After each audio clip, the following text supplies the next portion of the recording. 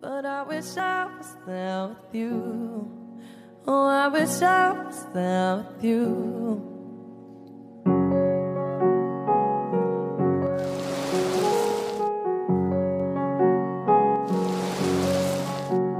There's a crack in my window, a bird in my room,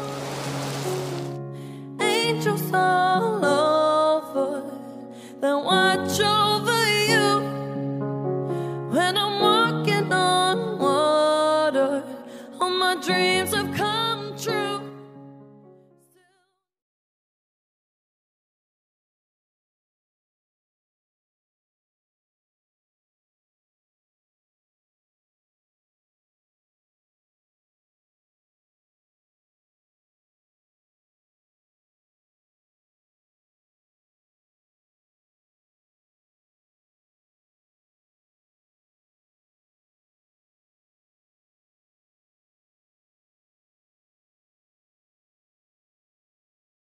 Oke, tahap pertama yang bisa lakukan adalah kita menimbang sampel minyak untuk praktikum penentuan bilangan penyabunan maupun yang bilangan peroksida. Nah, untuk menimbang sampel penentuan bilangan peroksida, kita butuhkan sampel minyak sebesar 0,5 gram sampai 5 gram. Jadi kita bisa milih antara itu. Jadi kita gunakan sebanyak 5 gram sampel sampel minyaknya. Dan untuk yang bilangan penyabunan itu kita butuhkan sampelnya itu sebanyak 4 gram minyak. Nah, nanti masing-masing parameter dilakukan uji secara duplo. Jadi satu parameter 2 kali penimbangan, ya. Dan jangan lupa setiap menimbang tata caranya masih ingat ya kalian, harus diperhatikan, diter dulu, ditunggu sampai stabil baru kita timbang. Penimbangnya ngambilnya pakai pipet tetes, perlahan demi perlahan sampai berat yang kita inginkan. Oke, setelah ditimbang, kita sisihkan terlebih dahulu untuk mempersiapkan uji yang pertama ya, uji bilangan peroksida. Nah, sebelum sampelnya kita uji atau kita titrasi, terlebih dahulu yang kita titrasi adalah Blanko. Lah, Blanko yang kita pakai di sini adalah Aquades sebanyak 5 mili. Nah, caranya yang pertama Blanko tadi ditambahkan dengan 30 mili campuran larutan kloroform dan asam asetat glasial. Nah, sebanyak 30 mili ya. Nah, 30 mili lalu ditambahkan 1 mili KI jenuh. Ditambahkan KI jenuh nanti berubah warna menjadi warna kuning. Nah, nanti kalian akan tahu perbedaannya saat Aquades ditambahkan KI dan sampel minyak ditambahkan KI. Perbedaan warnanya akan terlihat di situ ya. Oke. Terus setelah ditambahkan KI, nanti KI jenuhnya itu nanti sedikit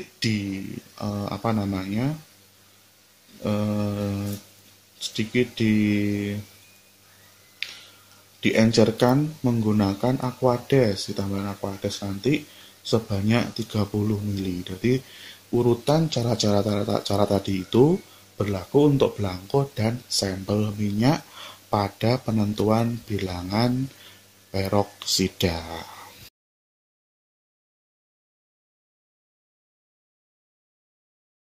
Oke, tadi Blanko sudah dipreparasi, sekarang kita titrasi Blankonya menggunakan natrium thiosulfat ya. Nah, sampai berwarna putih. Di warnanya menjadi putih. Nah, oke, setelah Blankonya dititrasi, kita saatnya mempreparasi untuk yang sampel ya. Nah, tata caranya sama sampel tadi kita masukkan 30 ml larutan campuran kloroform dan asam asetat glasial. Lalu setelah itu ditambahkan 1 ml KI jenuh, lalu ditambahkan dengan 30 ml aquades, dan langsung dititrasi dengan natrium tiosulfat. Nah sekarang kita lihat pada saat sampel ditambahkan KI, warnanya lebih coklat atau lebih kuning daripada saat aquades ditambahkan KI. Nah, bisa dilihat di video, lihat di gambar, warnanya sangat mencolok sekali. Nah, itu setelah dipreparasi, kita nanti langsung titrasi menggunakan natrium tiosulfat dengan konsentrasi 0,05 m. Oke, setelah tadi kita preparasi, saatnya kita titrasi menggunakan natrium tiosulfat 0,05 m perlahan-lahan sampai yang warnanya coklat kurang lebih menjadi kuning jerami ya. Jadi istilah dari Mbak Mita atau asisten dari pendidikan kimia itu mengatakan warnanya menjadi kuning jerami. Mungkin kuning jerami seperti itu warnanya. Nah, nanti kalau sudah kuning jerami, dihentikan penambahan natrium tiosulfatnya, terus dicatat dulu berapa. Nah, lalu setelah itu ditambahkan indikator amilum. Nanti harusnya dia harus berubah warna menjadi warna warna gelap, atau bisa biru dongker, bisa hitam. Apakah hasilnya bisa hitam? Kita tambahkan kurang lebih, kalau di buku 1 mili ya, tapi kalau harusnya nggak usah banyak-banyak. Nah, ternyata ditambahkan kurang lebih 5 tetes di dalam elemennya itu berwarna hitam. Berarti menunjukkan itu amilum bertemu I2 menjadi warnanya hitam. Selanjutnya dilanjutkan titrasi sampai warna hitamnya hilang atau menjadi tidak berwarna.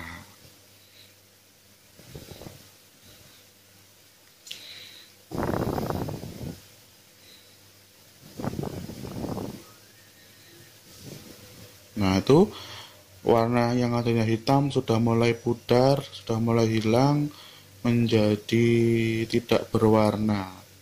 Tuh, menjadi tidak berwarna seperti itu. Nah, seperti ya, itu titik akhir titrasinya. Nah, nanti bersambung di bilangan penyabunan. Tetap stay tune. But I wish I was there with you. Oh, I wish I was there with you. Sekarang kita masuk ke part kedua di praktikum biokimia tentang analisis kualitas minyak, yaitu tentang penentuan bilangan penyabunan.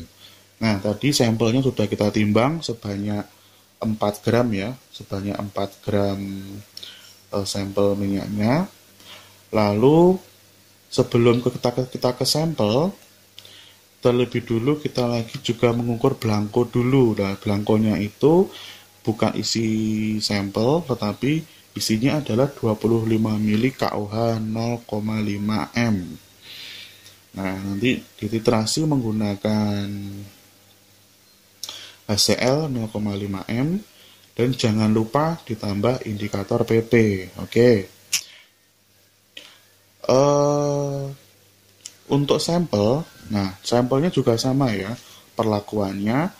Tadi sampel minyak 4 gram masing-masing elemen ditambahkan 25 ml KOH 0,5, lalu kita panaskan sambil di stirrer. Sampai kapan? Sampai terbentuk busa. Nah, kita tunggu pemanasannya, tapi pemanasannya tidak boleh langsung dipanaskan ekstrim, tetapi perlahan-lahan. Bisa dinaikkan per 5 menit itu 10 derajat sampai dia temperaturnya pemanasnya itu 190 derajat Celcius.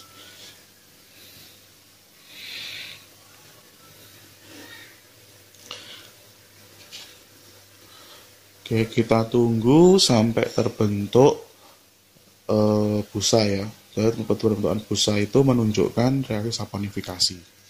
Sambil menunggu proses reaksi saponifikasi berlangsung untuk yang bilangan penyabunan, kita sambi dengan melakukan titrasi untuk belangko bilangan penyabunan yang tadi isinya di dalam air itu adalah 25 mili KUH dalam etanol 0,5 M, dititrasi menggunakan HCl 0,5 M. Tadi ditambahkan juga indikator PP kurang lebih 3 tetes.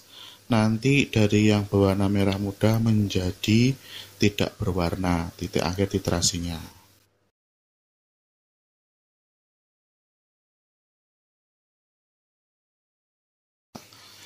Oke, setelah ditunggu berapa lama, kurang lebih 15 menit, sampel bilangan penyabunan sudah menghasilkan busa ya. Itu menandakan bahwa reaksi saponifikasi atau penyabunan sudah berlangsung. Itu bisa kita lihat muncul busa di elemen air 1 dan elemen air 2. Di situ kita bisa lanjut untuk titrasi.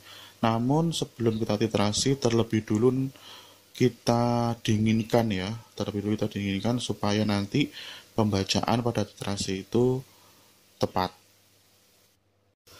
Oke, setelah tadi kita dinginkan, sekarang sampel untuk penentuan bilangan penyabunan sudah bisa kita titrasi. Sebelum titrasi, pastikan terlebih dahulu ditetesi dengan indikator PP sebanyak 3 tetes masing-masing elemen airnya. Nah, akan menghasilkan warna merah muda. Dititrasi menggunakan HCl 0,5 M sampai warnanya yang awalnya itu merah muda menjadi tidak berwarna. Hal ini berbeda dengan yang blanko. Yang blanko langsung menghasilkan warna tidak berwarna ya.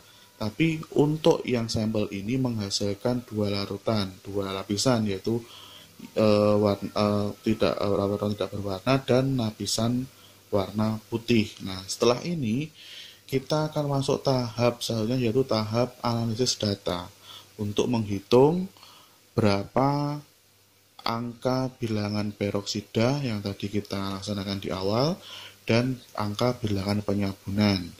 Nanti data yang kita pakai adalah data hasil titrasi baik yang data peroksida maupun data titrasi yang bilangan penyabunan.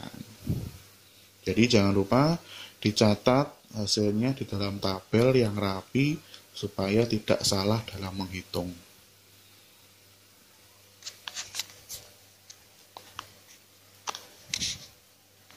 Oke, perlahan sudah mulai tidak berwarna.